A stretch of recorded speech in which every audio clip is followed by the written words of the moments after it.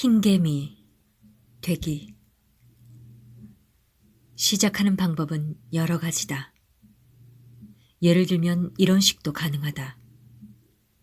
잠시 기절했다 눈 비비며 깨어나는 어느 소설 주인공처럼 얼빠진 표정으로 이렇게 중얼거리기. 내가 지금 어디에 있는 거지? 이토록 긴 격리 체험 이후에 얼굴에 마스크를 하고 어쩌다가 회피하는 시선으로 지나가는 몇몇 이들을 제외하면 아무도 안 보이는 거리로 나서서 자신이 어디 있는지를 깨닫는 건 과연 쉬운 일은 아니다. 특히나 이 주인공을 낙담시키는 건, 아니, 그를 오싹하게 하는 건 자신이 얼마 전부터 달을 바라보기 시작했다는 사실이다. 마치 그것만이 아직까지 별 불편함을 느끼지 않으면서 바라볼 수 있는 유일한 대상인 것만 같다. 태양? 그것의 열기를 즐기려다 이내 기후온난화 문제를 떠올리지 않기란 불가능하다. 바람에 흔들리는 나무들. 그는 그 나무들이 말라가거나 톱 아래에서 소멸되는 광경을 목격하게 될지도 모른다는 두려움에 가슴이 앤다. 구름에서 떨어지는 저 물방울도 그렇다. 그는 그것이 오고 아니고를 제가 책임져야만 한다는 그리 유쾌하지 않은 느낌이 든다. 당신도 알다시피 머지않아 사방에 적에 부족하게 된다고요. 즐거운 마음으로 풍경을 관조한다고? 그런 생각일랑 하지도 말자. 우린 이제 저마다 자기가 초래한 오염을 책임져야만 하고 당신이 아직도 황금빛 밀을 보면서 감동한다면 그건 당신이 유럽연합의 농업정책 때문에 개 양귀비들이 사라졌다는 사실을 깜빡 잊었기 때문이니까. 인상파 화가들이 흐드러지게 넘쳐나는 아름다움을 그렸던 바로 그곳에서 당신은 들판을 사막으로 변질시킨 공동 농업정책의 충격적인 효과만을 볼 수 있을 따름이다. 그렇다. 분명 우리의 주인공은 시선을 달에다 둘 때나 불안을 진정시킬 수 있다. 적어도 달의 둥그런 모양과 그 변화하는 양상만큼은 전혀 저 자신의 책임이라는 생각이 들지 않으니까. 그게 이 주인공에게 남은 마지막 볼거리다. 저 달빛이 그토록 네 마음을 움직이는 이유는 그것의 운동에 네가 아무 책임이 없다는 걸 너 스스로 알고 있기 때문이다. 예전에 너의 사소한 행동이 일으키는 효과를 굳이 생각하지 않아도 되었던 시절에 들판과 호수, 나무, 강과 산, 풍경들을 바라볼 때 그랬던 것처럼. 예전이라고. 그리 오래된 일도 아니다. 눈을 뜨면서 나는 카프카의 주인공, 즉 단편 변신에서 잠자던 중에 바퀴벌레, 개 또는 갑각류 해충으로 변한 사내가 겪는 고뇌를 느끼기 시작한다. 그 사내는 졸지에 예전처럼 자리에서 일어나 출근하지 못하게 된 자신을 발견하고 공포에 쌓여 침대 밑에 숨는다. 그리고 신경 써서 열쇠로 잠가둔 제 방문을 여동생이, 부모가, 사장이 두드리는 소리를 듣는다. 그는 더 이상 몸을 일으킬 수가 없다. 등이 강철처럼 딱딱하다. 사방으로 움직이는 제 발들 또는 집게 발들을 다루는 법을 다시 익혀야만 한다. 그는 차츰 이제 아무도 자신의 말을 알아들을 수 없다는 사실을 깨닫는다. 그의 몸은 형태와 크기가 변했다. 그는 저 자신이 끔찍한 벌레가 되었음을 느낀다. 마치 나 역시도 진정한 변신을 겪고 난 것만 같다. 예전에 내 몸을 아무 죄책감 없이 데리고 다닐 수 있었다는 기억은 여전하건만, 하지만 지금의 난 내 등 뒤에 길게 늘어지는 이산화탄소의 띠를 애써 뽑아내야만 한다고 느끼고, 그 느낌은 내가 비행기표를 사서 날아오르지 못하도록 제지할 뿐더러 이후로는 내 움직임을 사사건건 방해한다. 가령 멀리 있는 빙하를 녹아내리게 할지도 모른다는 두려움에 자판을 두드릴 엄두마저 못 내게 만드는 식으로. 지난 1월 이후로 상황은 더 나쁘다. 왜냐하면 설상가상으로 내가 내 앞에다 분사하는 가볍고 투명한 에어로졸의 작은 비말들은 폐 속에 극미한 바이러스를 퍼뜨리며, 이 바이러스들은 의료 서비스마저 한계에 달해 자기 집 침대에서 와병할지도 모를 내 이웃들을 질식사시킬 수도 있기 때문이다. 따라서 나는 날이 갈수록 점점 더 끔찍한 결과를 초래할 갑각류와도 같이 앞으로든 뒤로든 기는 법을 배워야만 한다. 게다가 이렇듯 외과용 마스크를 끼고 힘겹게 호흡하며 지정된 거리를 유지하도록 노력한다고 해도 그리 멀리까지 포복하지는 못할 것이다. 당연하게도 쇼핑카트를 채우려다 말고 이내 난 한층 더 난처해질 테니까. 이 커피잔은 열대 지역의 토양을 황폐화시키지. 이 티셔츠는 방글라데시 어느 어린이를 빈곤으로 몰아넣지.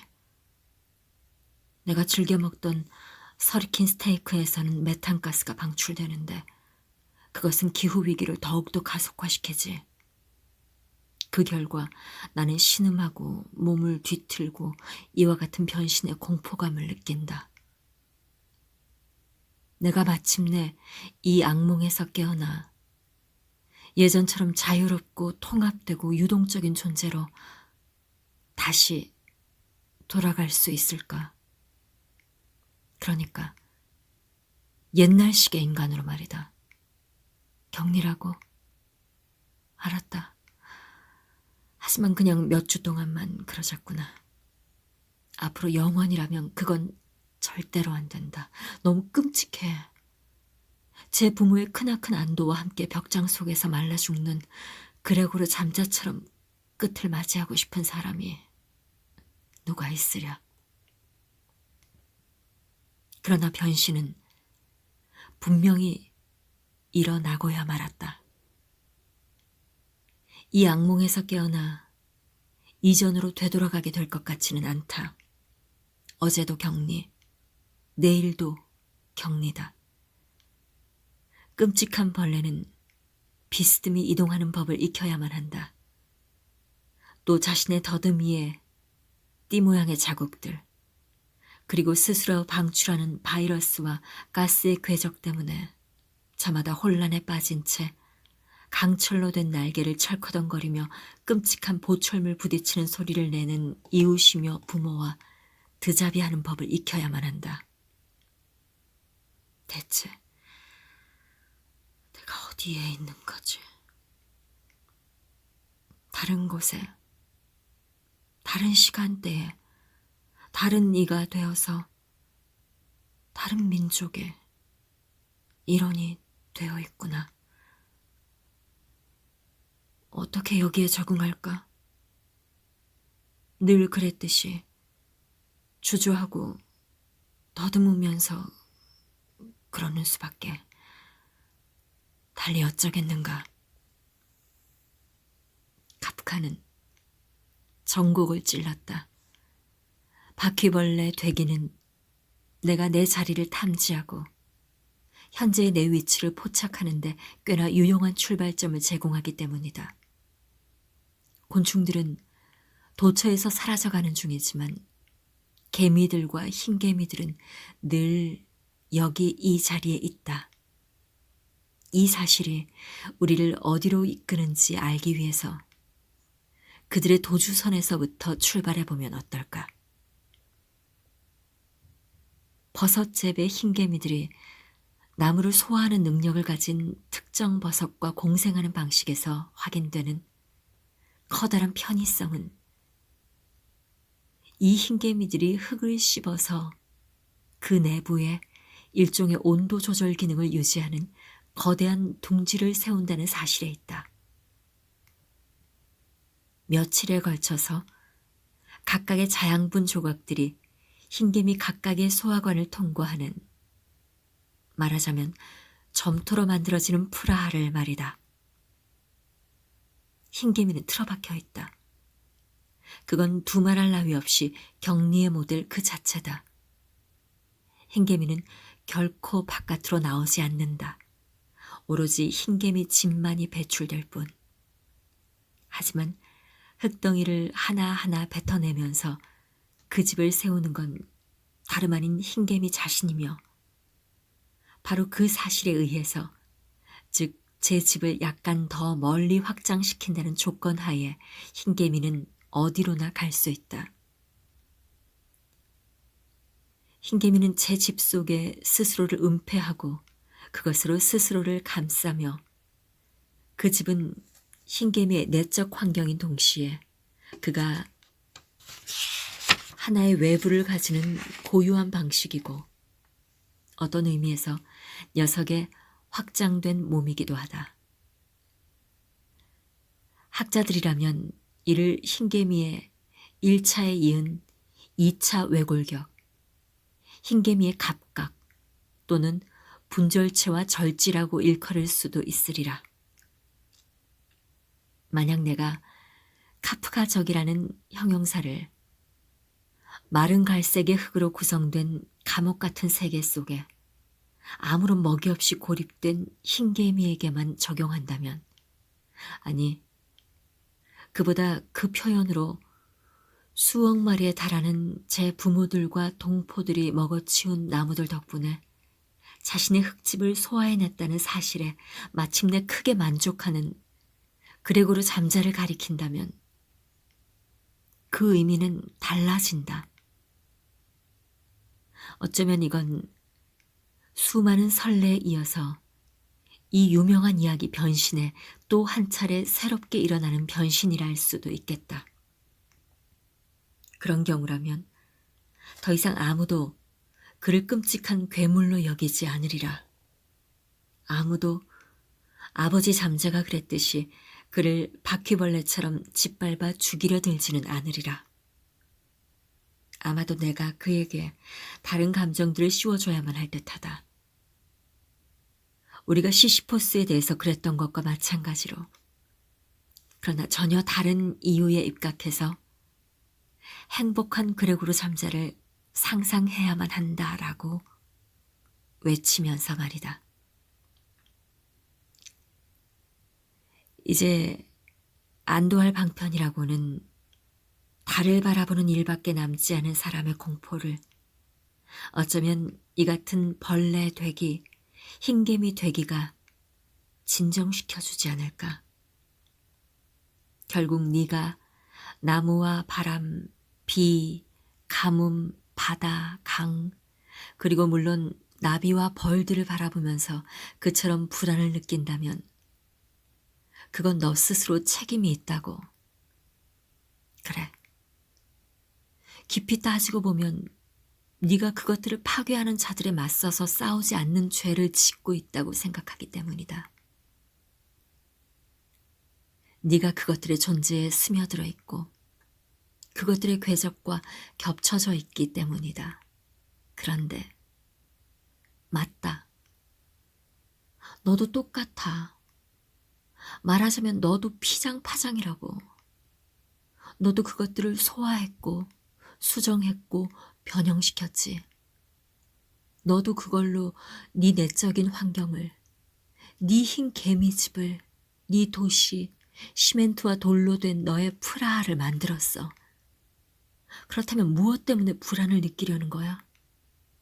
너한테는 더 이상 아무것도 낯설지 않은데. 넌 더 이상 혼자가 아닌데. 수천억 부모와 동료와 동포와 경쟁자들의 물질 대사를 거쳐서 네 내장 속으로 도착하는 몇 개의 분자들을 넌 평온하게 소화하고 있는데 넌 이제 네 예전의 방 안에 있지 않아, 그레고르. 어디든지 갈 수 있는데 왜 계속해서 수치심으로 숨어들려고 해? 넌 피해서 달아났어. 그러지 말고 앞으로 나와. 그리고 우리에게 가르침을 다오. 아마도 넌 너의 더듬이, 절지, 발산물, 노폐물, 아랫뿌리, 보철물들과 더불어서 드디어 한 인간이 되는 거야. 그리고 그와 반대로 자신들의 벌레 되기를 거부함으로써 결국 무정한 비인간이 되고 만 건 바로 네 부모. 근심에 차고 두려움에 질려서 네 문을 노크하는 그들. 그리고 너의 용감한 여동생 그레타가 아닐까? 기분이 좋지 않아야 할 자들은 네가 아니라 그들이야. 변신해버린 건, 기후위기와 팬데믹이 괴물로 변모시킨 건 바로 그들 아냐? 사람들은 카프카의 단편을 거꾸로 읽었어. 그레고르가 털로 덮인 제 6개의 절지를 디디고 다시 일어나는 것이야말로 마침내 그가 제대로 움직이는 일, 그리고 격리에서 스스로를 구출하는 방법을 우리에게 가르쳐주는 일일 거야. 우리가 이야기하는 사이 달이 기울었다. 달은 네 근심의 바깥에 있다. 그것은 낯선데 예전과 다른 방식으로 그렇다. 넌 그리 설득되지 않은 듯한데 여전히 불안이 남아있다고? 그건 내가 널 너무 쉽게 안심시켰기 때문이다. 네 기분은 더욱더 나쁜가? 너는 이 변신을 증오하는가? 넌 다시 옛날식의 인간이 되고 싶은가? 네 말이 옳다. 우리는 이미 벌레가 되었지만 거기서 한술 더 떠서 나쁜 벌레에 속하게 될 수도 있다. 그다지 멀리 움직이지 못하는 채 열쇠로 걸어 잠근 우리 방에 유폐돼서 말이야. 이 땅으로의 귀환이라는 사건은 내게 어지럼증을 안긴다. 추락하지 않고 내려설 수 있는 곳이 어딘지, 우리가 장차 어떻게 될 것인지, 누구와 제휴했다고 느끼게 될지 아닐지를 말해주지 않으면서 착륙을 추진하는 건 옳지 않아. 나는 너무 빨리 움직여야 했다. 추락한 장소에서 출발하다니 곤혹스럽다. 이제는 GPS의 도움을 받아서 내 위치를 측정할 수가 없다. 어떤 것도 대략적으로나마 검토할 수가 없다.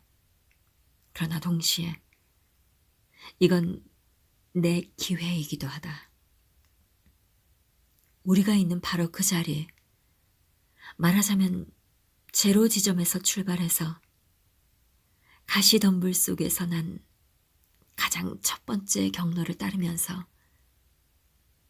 그것이 우리를 어디로 이끄는지 보려고 노력하는 걸로 충분하니까 공연히 서두를 필요는 없다. 깃들 곳을 찾기엔 아직 약간의 시간이 있다. 물론 난 높은 곳에서 전 인류를 향해서 무턱대고 장광설을 풀던 내 멋지고 우렁찬 목소리를 잃었다. 제 부모 귀에 들리는 그레고르의 그것처럼 내 말투는 뱃속에 소름 끼치는 꾸르륵 소리와 비슷하게 들릴 위험이 있는데 이것이 동물 되기의 전적인 난점이다. 그러나 중요한 건 달 없는 밤속을 더듬어 나가면서 서로를 소리쳐 부르는 이들의 목소리가 사방에 들리도록 하는 일이다. 그럼으로써 그 구름들의 주변으로 또 다른 동포들이 다시 모여들 수 있을 테니까.